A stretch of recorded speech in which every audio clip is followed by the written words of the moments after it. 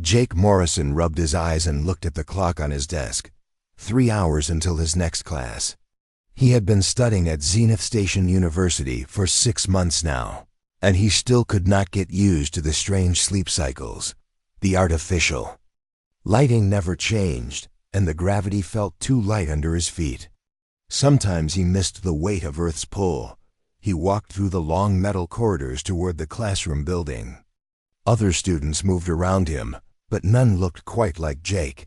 There were tall blue creatures with 4 arms, small furry beings that walked on 6 legs, and floating jellyfish-like students that glowed softly as they drifted past. Jake was one of only 3 humans in the entire university. Out of 50,000 students from across the galaxy, 3 were from Earth. The classroom was already half full when Jake entered. He took his usual seat in the back corner and pulled out his tablet. Professor Veltar had not arrived yet. The professor was 8 feet tall and made of what looked like living crystal. Light moved through her body in slow patterns, and her voice sounded like wind chimes when she spoke. Jake looked around at his classmates. In the front row sat Zara, a student from the Botanari system. She looked like a large flower with a face, and her petals changed color when she felt different emotions. Right now they were a calm green. Next to her was Crocs, whose skin looked like gray stone.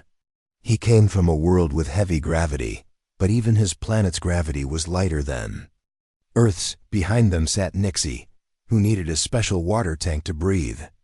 Her world was covered in shallow seas, and her people had never developed lungs. She spoke through a device that translated the clicks and whistles she made underwater. In the middle of the room, Grunt sat reading. He was covered in brown fur and looked somewhat like a bear, though he was much smarter than any Earth bear. His people were known across the galaxy for their wisdom. Professor Veltar entered the room, and the crystal patterns in her body grew brighter.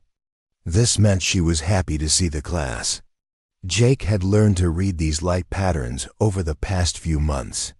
Today we will discuss planetary environments and how they shape the beings who live on them, Professor Veltar said. Her voice had a musical quality that made everyone listen carefully. We will start with moderately challenging worlds and work our way up to the more difficult places to live. She activated the large screen at the front of the room. An image appeared showing a red planet with 2 small suns. This is Kepler 442b, where our student Vex comes from, the professor said.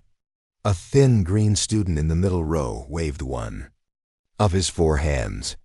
As you can see, this world receives very little water.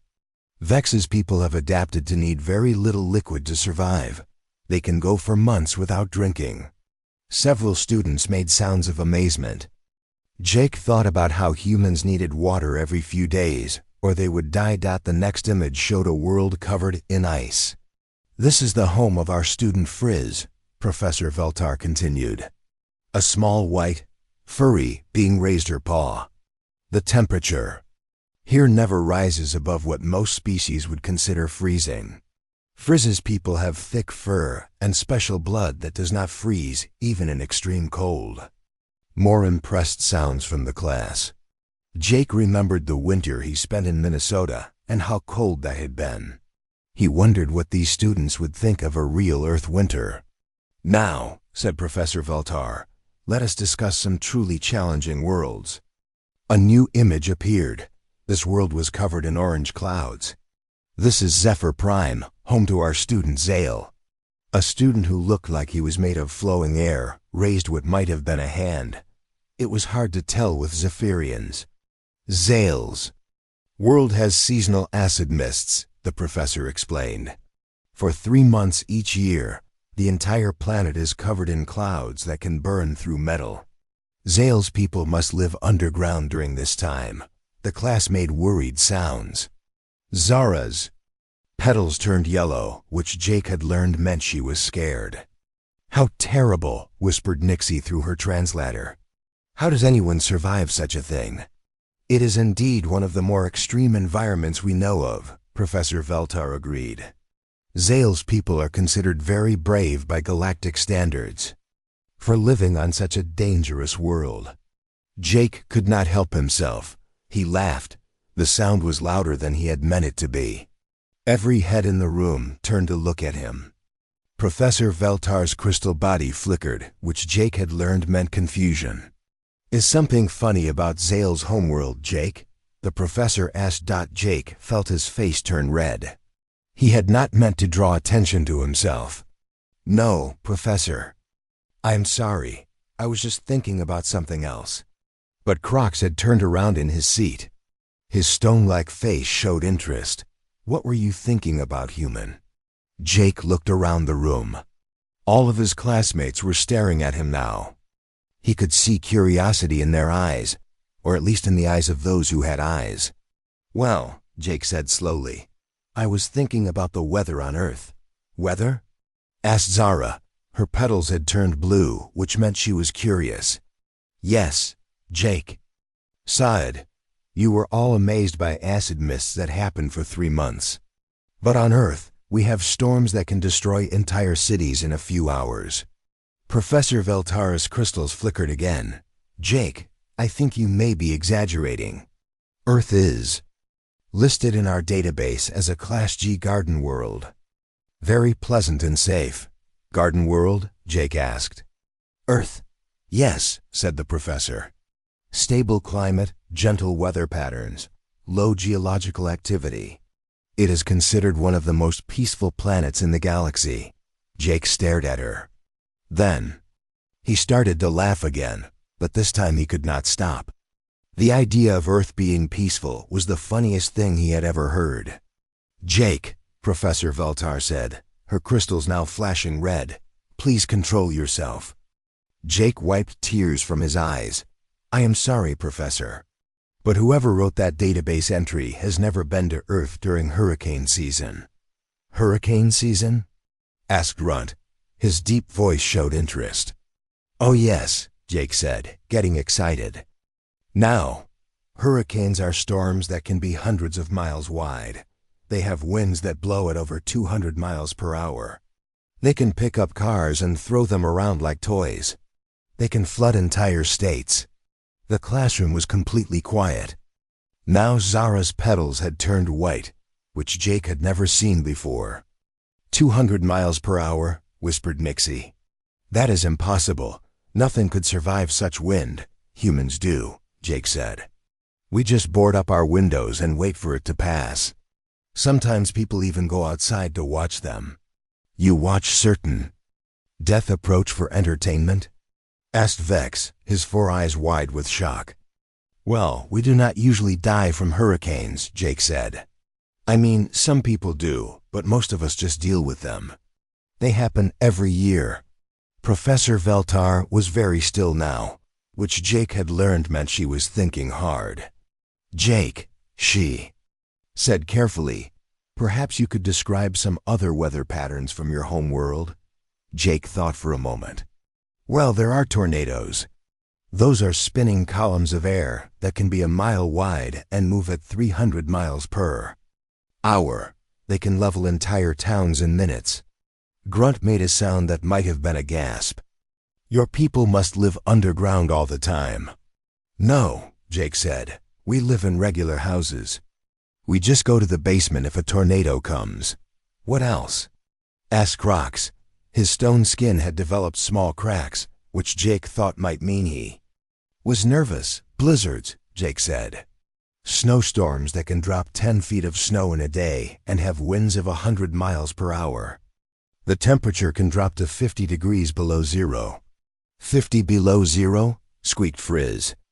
"That is colder than my homeworld in winter." "Lightning storms," Jake continued, warming to his subject.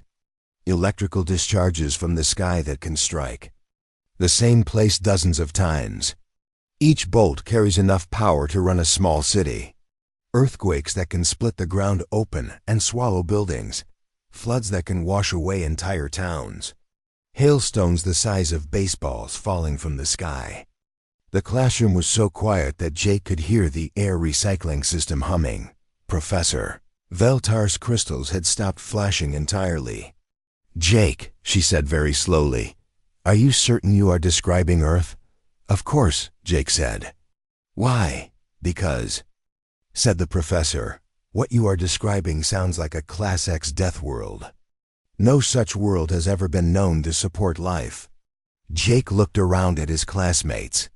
They were all staring at him with expressions of fear and disbelief. He realized that they thought he was making up stories. I am not making this up, he said quietly. This is just normal weather on Earth. The silence stretched on. Finally Zara spoke, her petals now a pale pink. Jake, she said gently, humans must be very brave to live on such a terrible world. Jake thought about this. We do not think of it as terrible. It is just home. Professor Veltar cleared her throat, making the sound like crystal bells. Perhaps we should move on to our next topic. But Jake could see that his classmates were still staring at him. He had a feeling that this conversation was far from over. Jake walked into the cafeteria the next day and knew something had changed. Conversations stopped when he entered. Students turned to look at him, then quickly looked away when he met their eyes. He had never felt so watched in his entire life. He picked up his lunch tray and walked toward the food stations.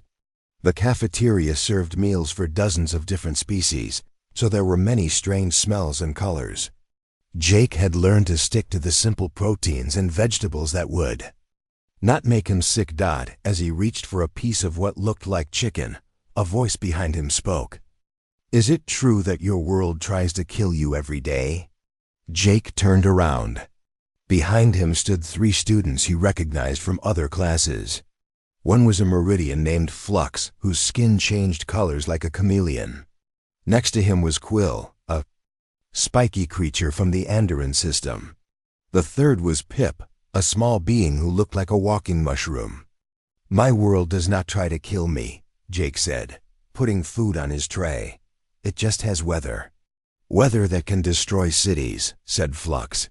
His skin was currently bright orange, which Jake thought might mean excitement. Sometimes, Jake agreed. But we build our cities to handle it. More students had gathered around them now. Jake could see Zara and Crocs from his class, along with several others he did not know well. Word of yesterday's conversation had clearly spread. Tell us more. About these hurricanes, said a voice. Jake looked around and saw that the speaker was Nixie. She had moved her water tank closer so she could hear better. Jake looked around at all the interested faces. He realized he had an audience whether he wanted one or not. Well, he said, hurricanes form over warm ocean water. They start small but can grow to be 500 miles across. When they hit land, they bring huge waves called storm surge. The water can be 20 feet high and it covers everything. 20 feet of water? Gasped Pip. How do you survive? We evacuate, Jake said. We have warning systems that tell us when a hurricane is coming, so people leave the area. But what about your homes? Asked Quill. What about your cities? Sometimes they get destroyed, Jake said with a shrug. Then we rebuild them. The students around him made shocked sounds. Flux's skin turned pale blue. You rebuild entire cities? Asked Crocs. How often does this happen? Hurricane season is every year from June to November, Jake explained. We usually get hit by a few big ones each season. Some years are worse than others. Every year? Whispered Zara. Her petals were white again. Jake was starting to realize that his normal life sounded very strange to these students. But he had gotten started now, and they seemed to want to hear more. Hurricanes are not even the worst storms, he continued. Tornadoes are more dangerous because you cannot predict exactly where they will go. Tell us about tornadoes, said Grunt. The large, furry student had joined the group and was listening carefully. They are spinning columns of air that come down from storm clouds, Jake said. They can be as small as a few feet across or as big as a mile. The biggest ones have winds of over 300 miles per hour. 300 miles per hour, repeated Nixie. Her translator made crackling sounds as if it was having trouble with the numbers. The really big ones can pick up trains, Jake added. I have seen pictures of tornadoes that threw train cars around like toys. How do you hide from something like that? Asked Flux. Storm shelters, Jake said. Most homes have basements or safe rooms. When the tornado warning sounds, everyone goes underground and waits. What is a tornado warning? Asked Pip. We have systems that watch for tornadoes, Jake explained. When they see one forming, they send out alerts to everyone. In the area, sirens go off in the towns. Everyone knows to take cover.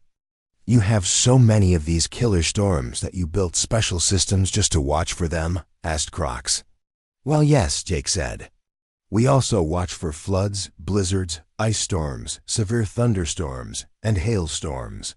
What are hailstorms? Several students asked at once. Ice balls that fall from the sky, Jake said. They can be as small as peas or as big as softballs.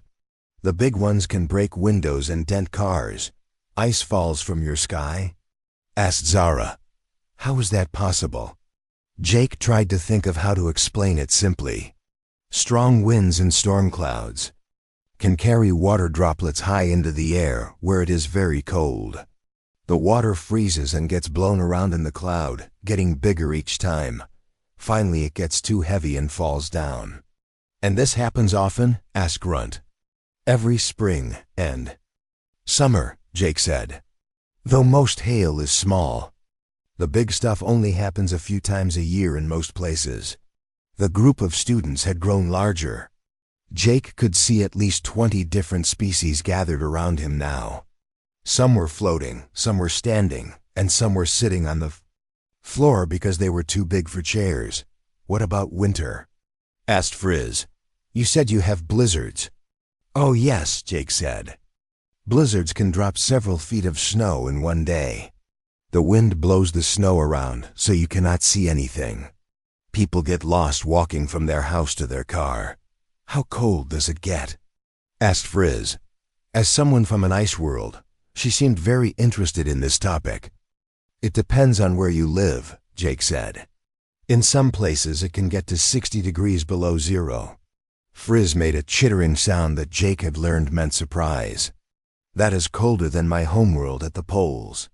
But some places on Earth never get cold at all, Jake continued. The equator is always hot. Some deserts get to be 130 degrees. 130 degrees? Asked Vex. As someone from a desert world, he looked shocked. In the shade, Jake added. In direct sunlight, it can be much hotter. How do humans live in such heat? Asked Pip. Air conditioning, Jake said. We cool our buildings. And we drink lots of water. What happens if the cooling systems fail? Asked Quill. People can die from the heat, Jake said matter-of-factly. It happens sometimes. We call it a heat wave when it gets really bad. The cafeteria had become very quiet. Jake realized that many conversations had stopped as other students listened to his description of Earth. Jake, said a new voice. He turned to see Lisa Chang walking toward them. Lisa was one of the other two humans at the university. She looked worried. What are you doing? She asked quietly. Just telling them about weather back home, Jake said. Lisa looked around at all the staring alien faces. Maybe you should tone it down a little. You are scaring them. I am not trying to scare anyone, Jake said. They asked questions and I answered them. Is it true? Asked Crocs, looking at Lisa. Are all these stories about your homeworld true? Lisa sighed. Which stories? Storms that destroy cities, said Zara. Ice falling from the sky. Temperatures that can kill. Jake, Lisa said. What exactly have you been telling them? Just the truth, Jake said. About hurricanes and tornadoes. And blizzards and heat waves. Lisa closed her eyes for a moment. You forgot to mention earthquakes, volcanoes, tsunamis, and lightning strikes. The alien students made various sounds of alarm. There are more? Asked Flux. His skin had turned. a color Jake had never seen before. "Oh yes," said Lisa, giving Jake a look that clearly said he had started something he could not stop. "Earthquakes can level entire cities in minutes. Volcanoes can bury towns under lava or ash. Tsunamis are waves that can be 100 feet tall." 100 feet?" whispered Nixie. "And lightning?" asked Grunt. "Electrical bolts from storm clouds," Lisa explained. "Each one carries millions of volts. They can kill you instantly if they hit you." "How often do these lightning bolts strike?" asked Pip. "Earth gets hit by lightning about 100 times every second," Lisa said. The cafeteria was completely silent now. Jake could see alien students all around the room staring at him and Lisa, with expressions of horror. "Every second," repeated Crocs. "Every second of every day," Lisa confirmed. "Though most of it hits empty ground or water." Professor Veltar appeared at the edge of the crowd. Her crystal body was flashing rapidly, which Jake had never seen before. "Jake, Lisa," she said, "I need to speak with both of you." The crowd of students began to break up, but Jake could hear them talking in worried voices as they walked away. He caught fragments of conversation in various languages and through various translators. "Death world," he heard someone say. "Impossible to survive," said another voice. "How are they still alive?" asked a third. Jake looked at Lisa. "I think I might have said too much." "You think?" Lisa replied. "Jake, you just told half the university that we come from a world that tries to kill us every day." "But we do," Jake said. "I mean, not on purpose, but Earth is dangerous." "I know that," Lisa said. "But look at them. They think we are some kind of super beings who can survive the impossible." Jake looked around the cafeteria. The alien students were still staring at them, but now the looks were different. Instead of curiosity, he saw something that looked like fear and awe. Professor Veltar approached them. "We need to talk," she said. "There are some things about Earth that you may not understand." "What do you mean?" asked Jake. "I mean," said the professor, "that according to our galactic databases, the world you just described should not be able to support any life at all." Jake sat in his small dorm room that evening, staring at his communication device. He had been thinking about Professor Veltar's words all day. How could the galactic database be so wrong about Earth? He decided he needed help from home. He opened a connection to Earth and waited. The signal took several minutes to reach across the galaxy. Finally, a familiar face appeared on his screen. "Jake," said Dr. Amanda Foster, his former high school science teacher. "How are you doing up there? Among the stars?" "Hi, Dr. Foster," Jake said. "I need a favor. Can you help me with a project about Earth's climate and geology?" "Of course," she said. "What kind of project?" Jake thought carefully about how to explain. "I need video footage of our weather. Hurricanes, tornadoes, earthquakes, that sort of thing. My alien classmates do not believe me when I tell them about Earth's natural disasters." Dr. Foster laughed. "They do not believe you? What do they think Earth is like?" "They think it is a peaceful garden world with gentle weather," Jake said. Dr. Foster stopped laughing. "A garden world?" "Jake, Earth is one of the most geologically active planets we know of. We have more natural disasters than almost any other world scientists have studied." "That is what I tried to tell them," Jake said. "But their database says Earth is safe and stable." "Their database is very wrong," Dr. Foster said. "I will put together some footage for you. Give me a few days." "Thank you," Jake said. "And Dr. Foster, can you include some information about Earth's gravity and magnetic field? They seem to think those are normal too." "Jake," Dr. Foster said slowly, "what exactly have you gotten yourself into up there?" "I am not sure," Jake admitted, "but I think it might be big." After ending the call, Jake tried to study, but he could not focus. His mind kept going back to the looks on his classmates' faces in the cafeteria.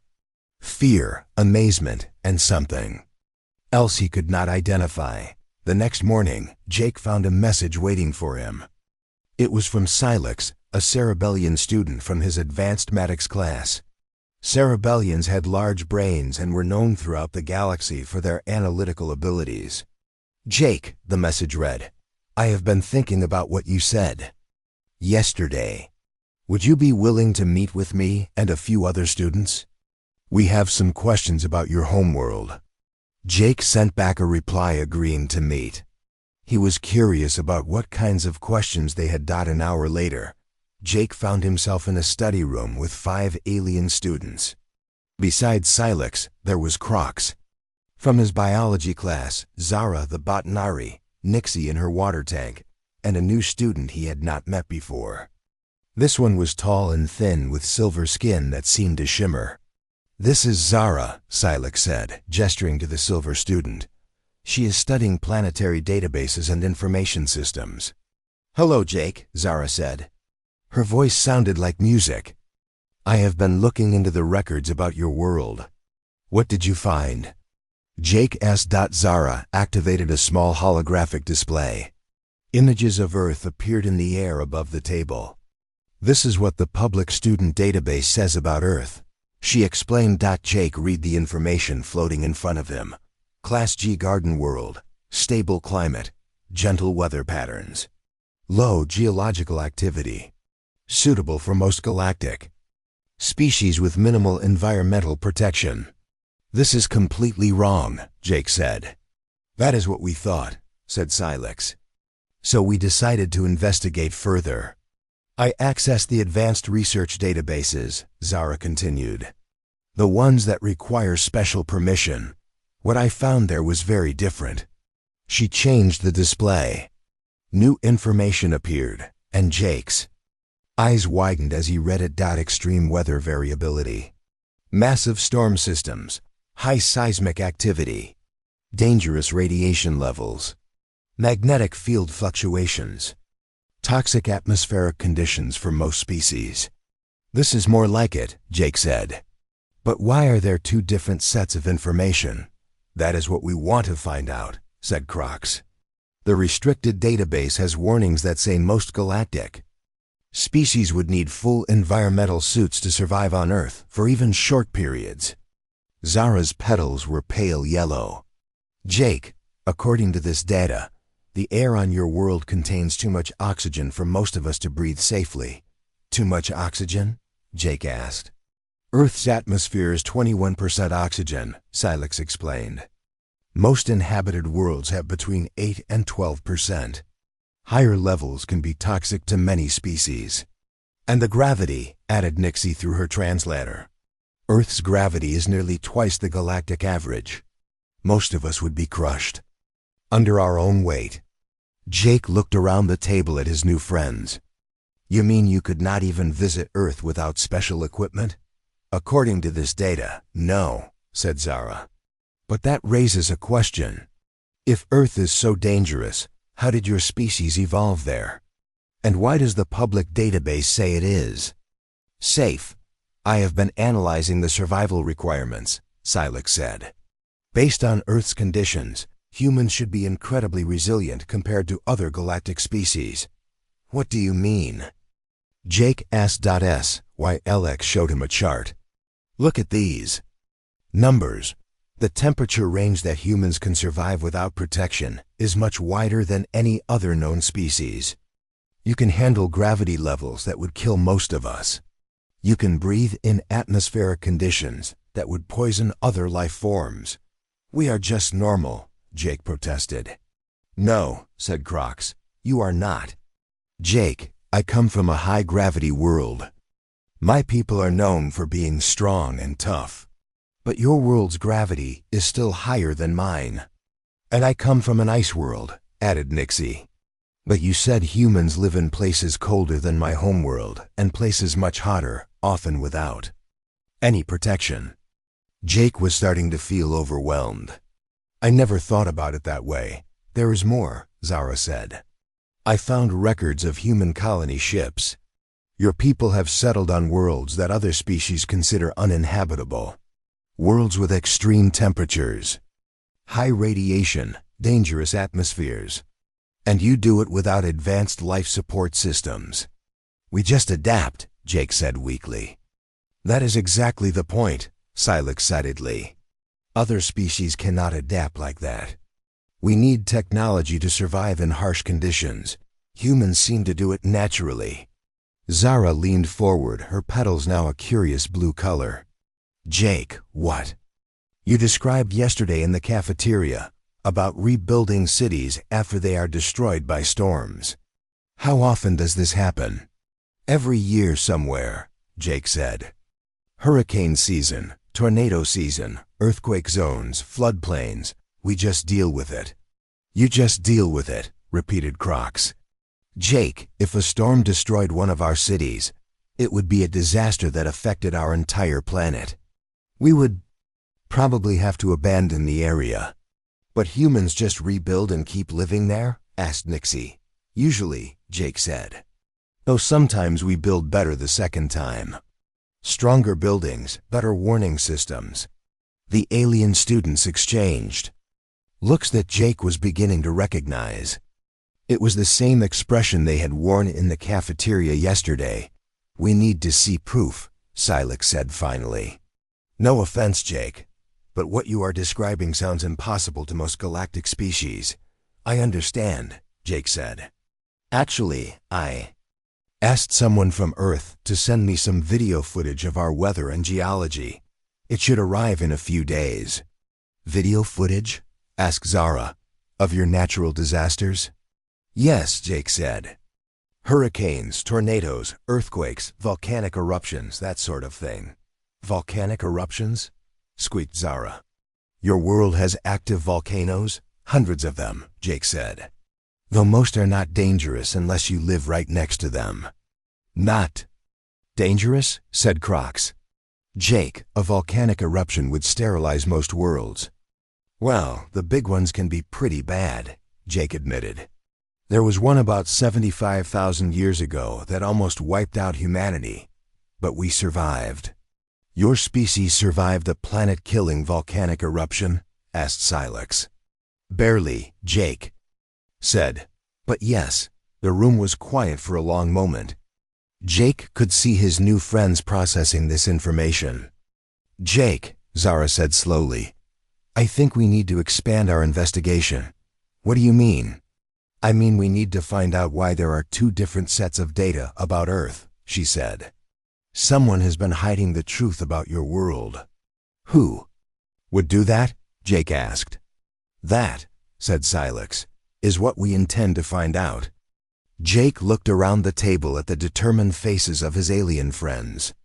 He had just wanted to share some stories about home. Now it seemed like he had stumbled into some kind of galactic mystery. When the video footage arrives, Zara said, we will analyze it carefully. But I have a feeling we are going to discover that humans are far more remarkable than anyone in the galaxy realizes. Jake thought about his little sister back on Earth, who liked to go camping in thunderstorms. He thought about his grandfather, who had lived through 3 major hurricanes and just rebuilt his house each time. He thought about all the humans who lived ordinary lives on what his alien friends considered a death world. Maybe they were right. Maybe humans were more remarkable than he had ever imagined. But if that was true, why had someone tried so hard to hide it? 3 days later, Jake received a message from Dr. Foster. The data package was large, much larger than he had expected. He downloaded it to his tablet and sent a message to Silex asking the investigation group to meet in the same study room. An hour later, all 5 alien students were gathered around the table. Jake had also invited Lisa, thinking they might need another human perspective. Lisa still looked worried about the whole situation. Before we start, Jake said, Dr. Foster included a note. He read from his tablet. She says this footage was taken by weather monitoring stations, news teams, and scientists over the past 10 years. She also included some basic data about Earth's environment and biology. Let us see it, said Silex. His large brain was pulsing. With excitement, Jake activated the holographic display and selected the first video. The image showed a satellite view of a massive spiral of clouds over an ocean.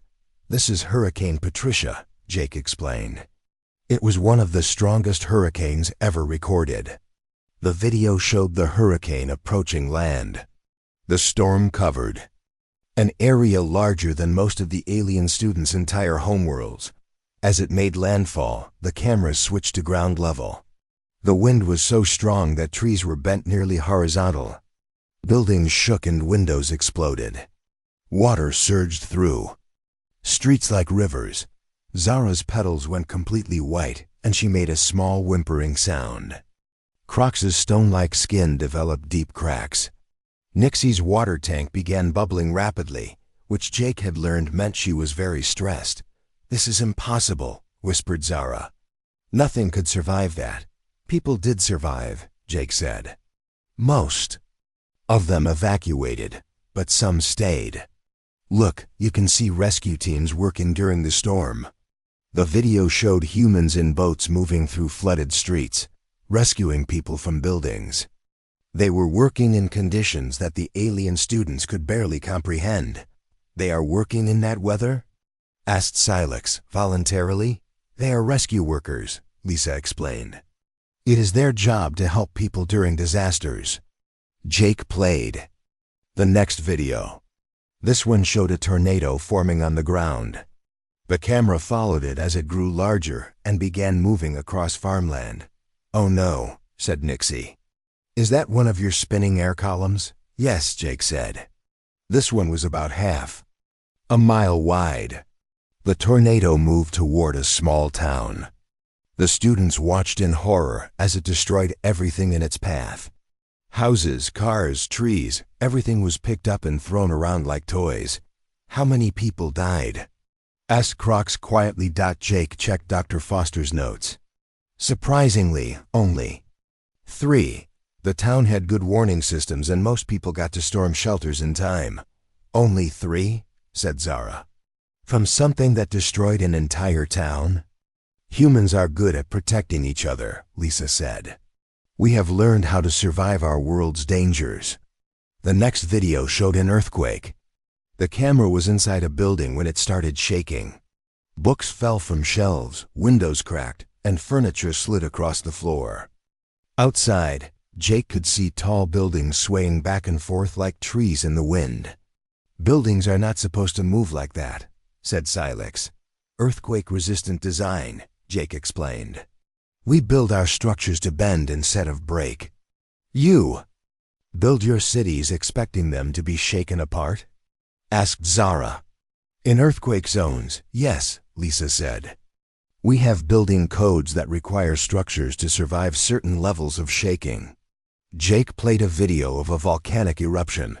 Lava fountains shot hundreds of feet into the air. Glowing rivers of molten rock flowed down the mountainside. Ash clouds rose miles into the sky. "And people live near these mountains of fire?" asked Nixie. "Millions of people," Jake said. "The soil around volcanoes is very fertile, good for farming." "You farm next to exploding mountains?" said Crocs. "Most volcanoes do not explode very often," Jake said.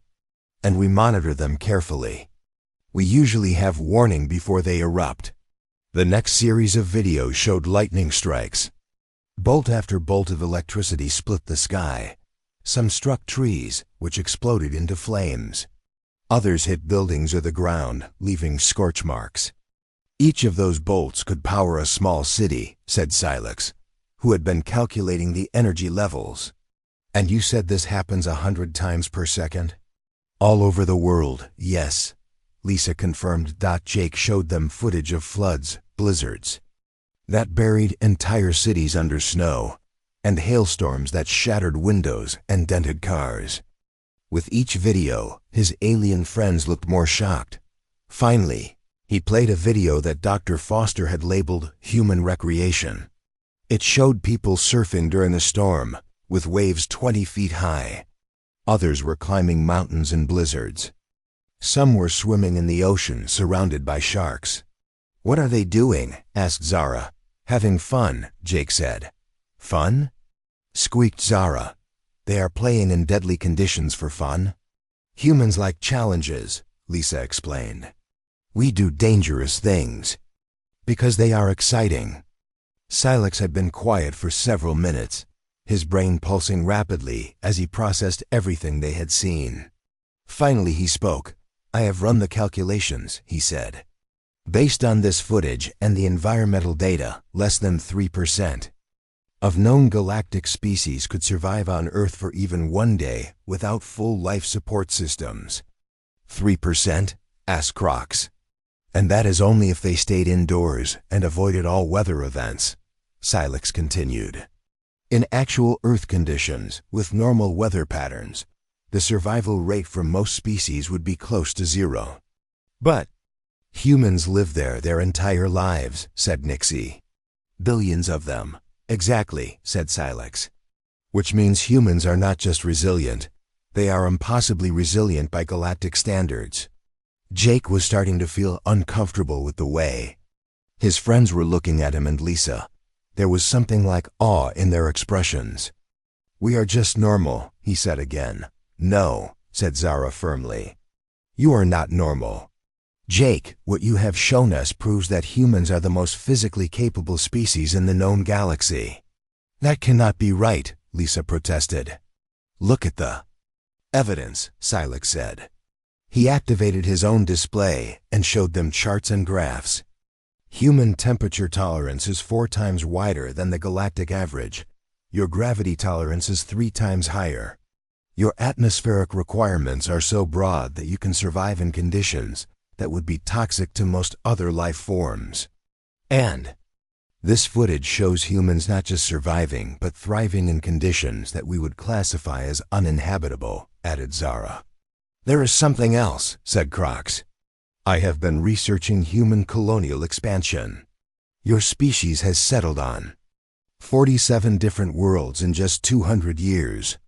That does not sound like a lot, Jake said. It is unprecedented, Crocs replied. Most species take thousands of years to successfully colonize even one new world.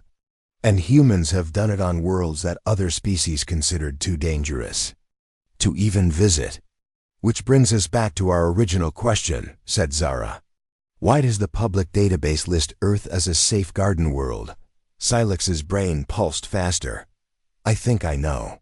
And if I am right, this goes much higher than just database. Errors, what do you mean? Asked Lisa.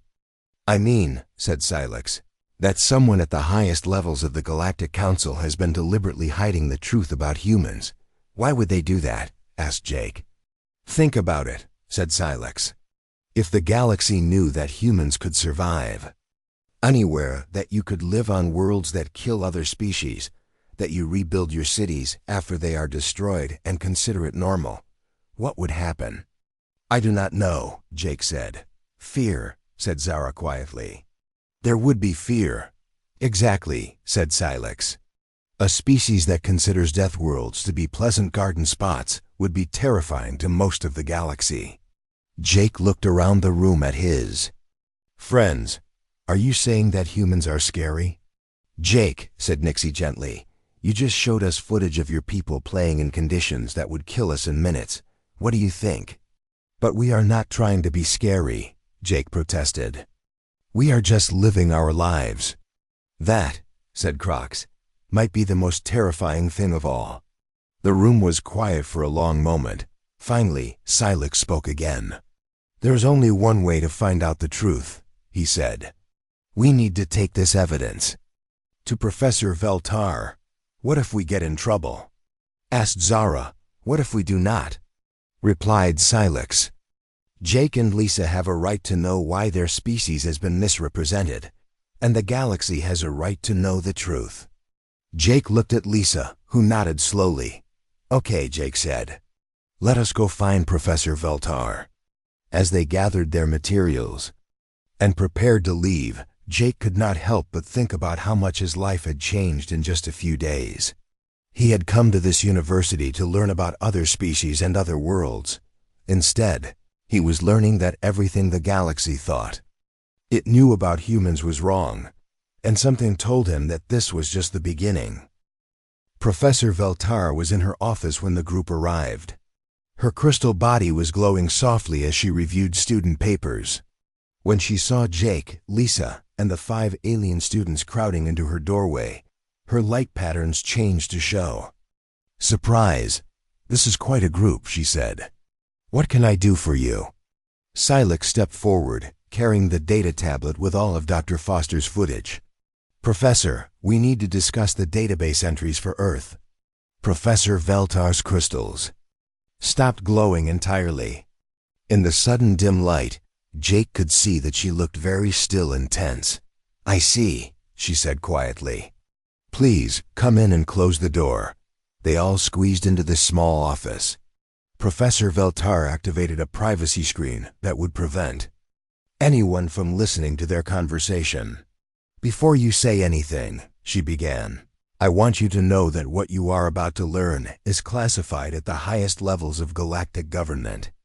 There are very good reasons why this information has been restricted." "What information?" asked Jake. Professor Veltar looked at him sadly.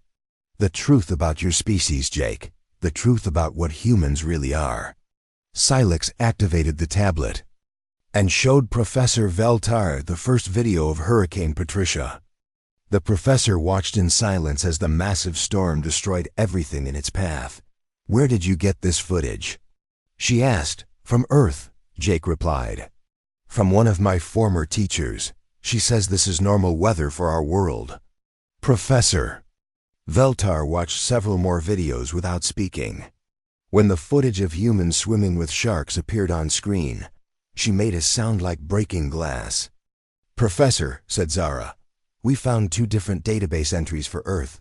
One says it is a peaceful garden world. The other says it is extremely dangerous. Which one is true?" Professor Veltar was quiet for a long time. Her crystal body flickered with patterns that Jake had never seen before. "Both," she said finally. "And neither." "What does that mean?" asked Lisa.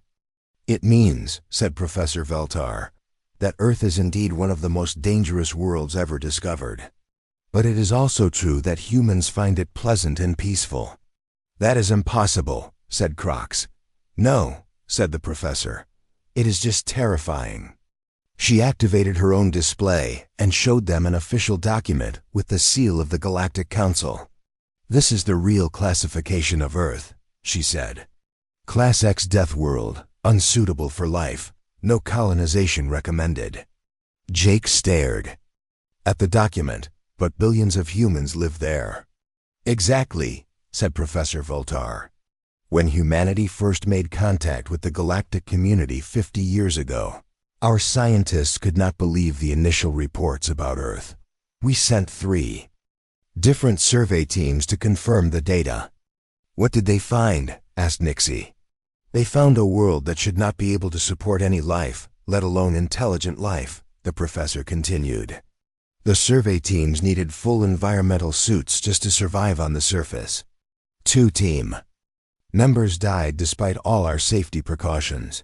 "Died how?" asked Zara, her petals pale with fear. "One was struck by lightning during what humans call a mild thunderstorm. The other was caught in what humans consider a small earthquake and was crushed when his shelter collapsed." Jake felt sick. "People died because of our weather?" "Yes," said Professor Veltar. "And that was when the council realized we had a problem." "What kind of problem?" asked Silex. "A species that had evolved on a death world," the professor explained. "A species that considered deadly conditions to be normal. A species that was impossibly tough by galactic standards." She changed the display to show charts and data. "Look at these comparisons," she said. "The average human can survive in gravity 3 times stronger than most galactic species. You can breathe atmospheric mixtures that would poison others. You can tolerate temperature ranges that would kill most life forms. But we are not trying to be superior," Lisa protested. "That is what makes it worse," said Professor Veltar. "You do not even realize how remarkable you are. To you, living on a death world is just normal life. So the council decided to hide the truth? Asked Zara. The council was afraid, the professor admitted. Here was a species that could survive anywhere, that rebuilt their cities after disasters without thinking twice about it, that played dangerous sports for fun. What would happen if the galaxy knew? What did they think would happen? Asked Jake. Panic, said Silex, understanding now.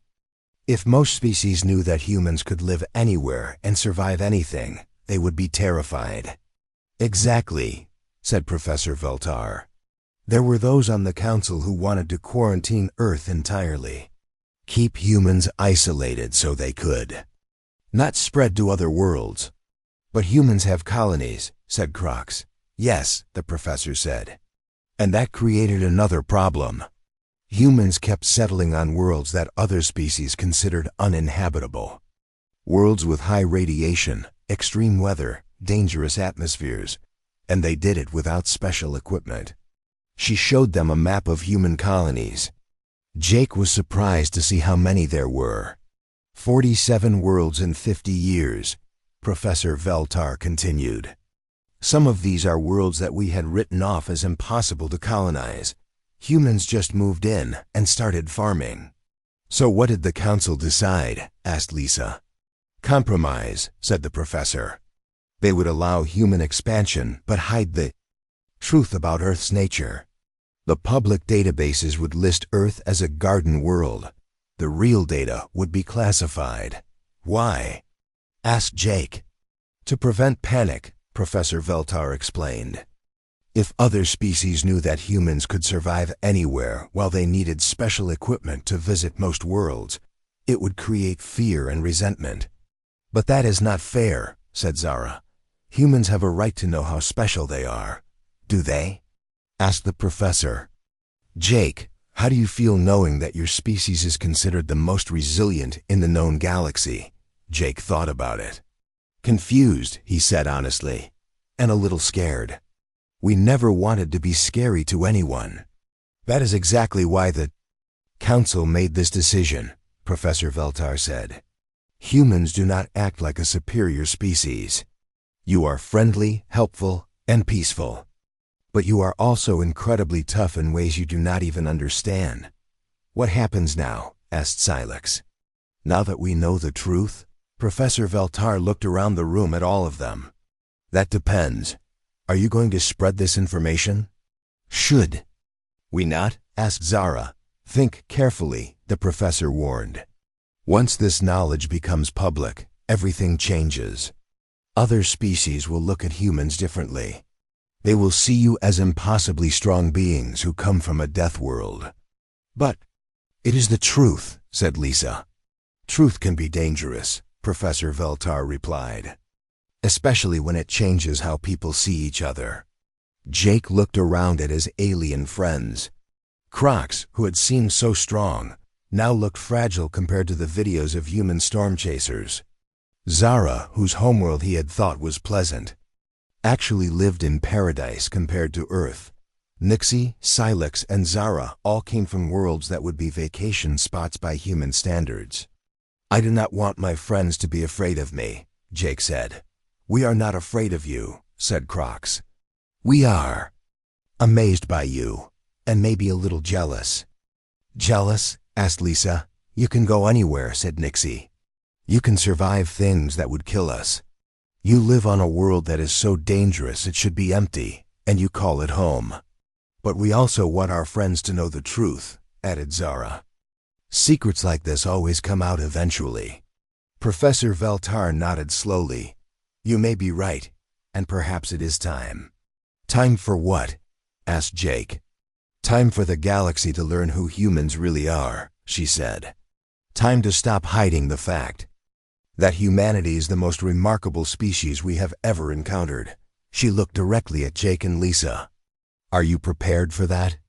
Are you ready for the galaxy to know that you come from a death world and do not even realize how extraordinary that makes you? Jake thought about his family back on Earth, his sister who liked to watch lightning storms, his grandfather who had survived 3 hurricanes, his friends who went camping in blizzards and surfing in dangerous waters. "I think," he said slowly, "that it is time for everyone to know the truth." Professor Veltar's crystal body began to glow brighter. "Then we have work to do. Because once we release this information, the entire galaxy is going to want to understand how humans became what they are." "What are we?" asked Lisa. Professor Veltar smiled, her crystals sparkling. "The survivors of the impossible. The people who live on a world that kills visitors but call it paradise. The most resilient species in the known universe." Jake looked out the window at the stars beyond the space station. Somewhere out there was Earth, his dangerous, beautiful, impossible home. Soon, everyone would know what humans really were. He was not sure if that was wonderful or terrifying. Maybe it was both.